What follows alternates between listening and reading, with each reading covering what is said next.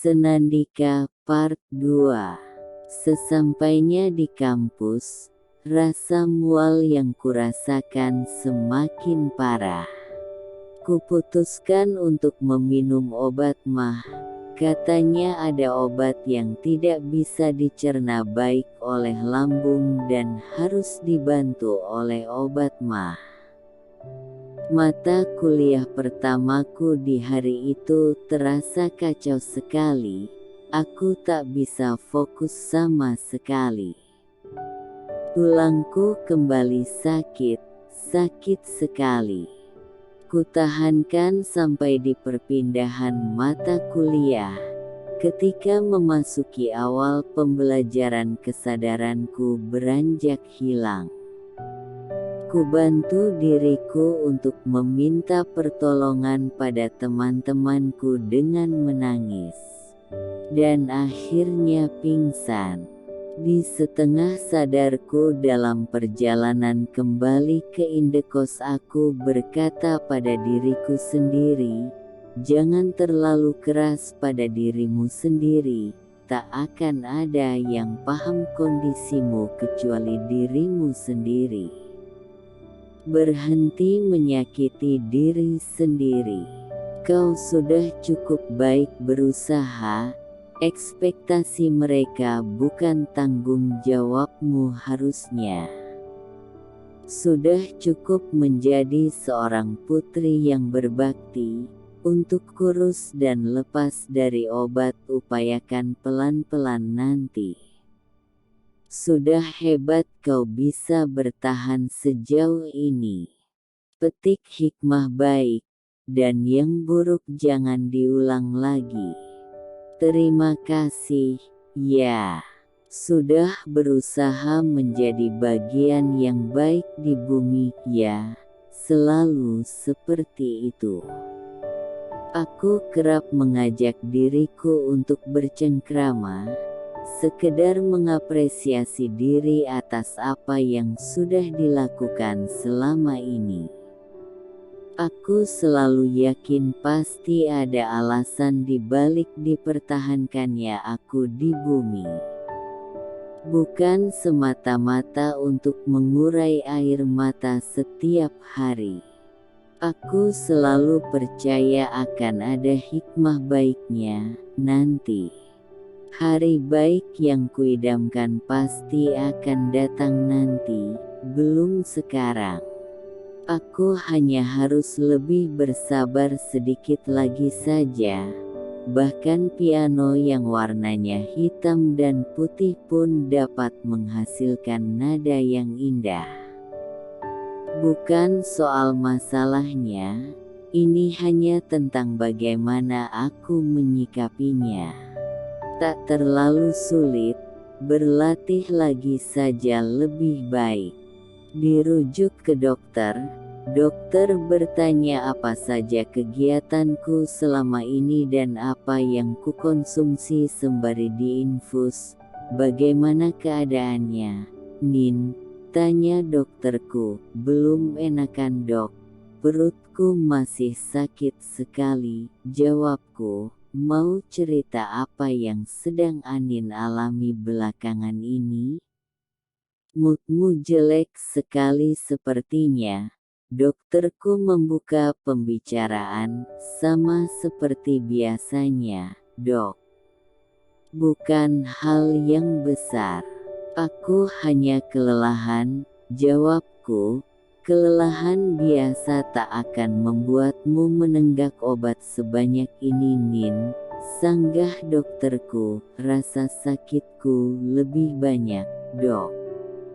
Aku tak bisa menyikapi hal ini sesepele anggapan orang. Aku harus memenuhi ekspektasi orang lain tanpa apresiasi sedikit pun. Apa aku pantas selalu diperlakukan seperti ini? Jawabku dengan amarah. Nin, ekspektasi orang lain sungguh bukan tanggung jawabmu. Kau hanya harus hidup dengan baik, menjalani studi yang tekun, jaga kesehatan badan dan mentalmu, ucap dokterku. Kalau saja hidup semudah itu, Dok.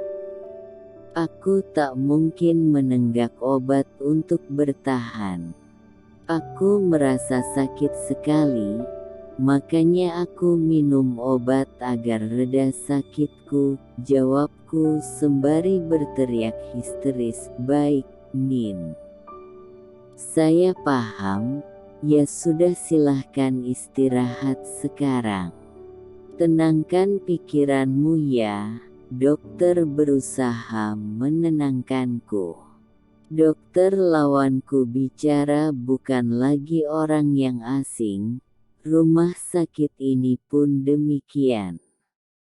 Bahkan aku sudah memiliki kamar khusus seandainya harus dirawat lagi. Hal itu terjadi karena frekuensiku sakit yang teramat sering. Aku bahkan sudah biasa ditinggal sendirian di ruang rawat, bukan hal yang aneh lagi. Tak seperti biasanya, keluargaku datang sangat lengkap hari ini. Ibuku bilang dokter mengajak mereka untuk berbicara mengenai kondisiku. Padahal biasanya melalui telepon juga bisa. Entahlah, aku tak berusaha untuk penasaran toh akhirnya akan ketahuan juga. Penyakit menyeramkan sekalipun sudah tak lagi jadi momok yang menakutkan, menurutku hidupku baiknya berakhir sajalah. Orang tuaku kembali setelah menemui dokter, membawa hasil diagnosa sementara bahwa aku terindikasi depresi berat. Maka, aku dirujuk ke psikiater untuk mengetahui hasil yang sebenarnya. Mikirin apa sih, sampai depresi berat? Kerja tidak, usaha tidak, hanya memikirkan masalah kuliah pun sampai depresi. Perbaiki ibadahmu agar diperlancar Tuhan urusanmu, ucap ibuku. Iya, maaf sekiranya aku menyusahkan kalian. Aku akan melakukan yang terbaik nanti agar hasilnya tidak benar. Aku hanya kelelahan, bukan depresi, Bu. Jawabku bukan main. Rasanya tertampar kenyataan bahwa usahaku selama ini tak dipandang sedikit pun. Jangankan untuk memandangku, memperhatikan perlakuan mereka yang berimbas besar pada kesehatan mentalku pun mungkin tak pernah terjadi. Mengunjungi psikiatri untuk pertama kalinya cukup membuatku resah. Aku berusaha fokus untuk menjawab sesantai mungkin agar diagnosa awal tidak benar terjadi. Remeh sekali rasanya depresi berat karena tuntutan orang tua, padahal itu kewajibanku. Aku terus berusaha untuk tenang sembari memainkan jari tanganku dan bibir yang kukelupasi. Anin, bagaimana perasaanmu hari ini? Tanya dokterku. Baik, sangat senang bisa bertemu dengan dokter, jawabku ceria. Wah, ceria sekali. Ada kabar baik kah? Ingin cerita? Dokter bertanya lagi. Tidak ada, Dok. Memang selalu seperti ini. Diagnosa kemarin muncul saat kondisiku sedang tidak baik. Lain daripada itu aku selalu ceria seperti ini. Sanggahku, kalau saya posisikan kamu di kondisi tidak baik, kamu biasanya melakukan apa? Boleh saya tahu? Sesederhana membuatnya menjadi baik lagi, Dok. Bukan hal yang sulit. Jika aku sakit, aku minum obat, dan kalau aku sedih, aku cari hiburan. Jawabku santai. Sadar tidak, yang sakit sebenarnya bukan ragamu? Cukup sadar, tapi itu bukan hal besar, Dok. Aku cukup mudah untuk tertawa hanya dengan lelucon biasa.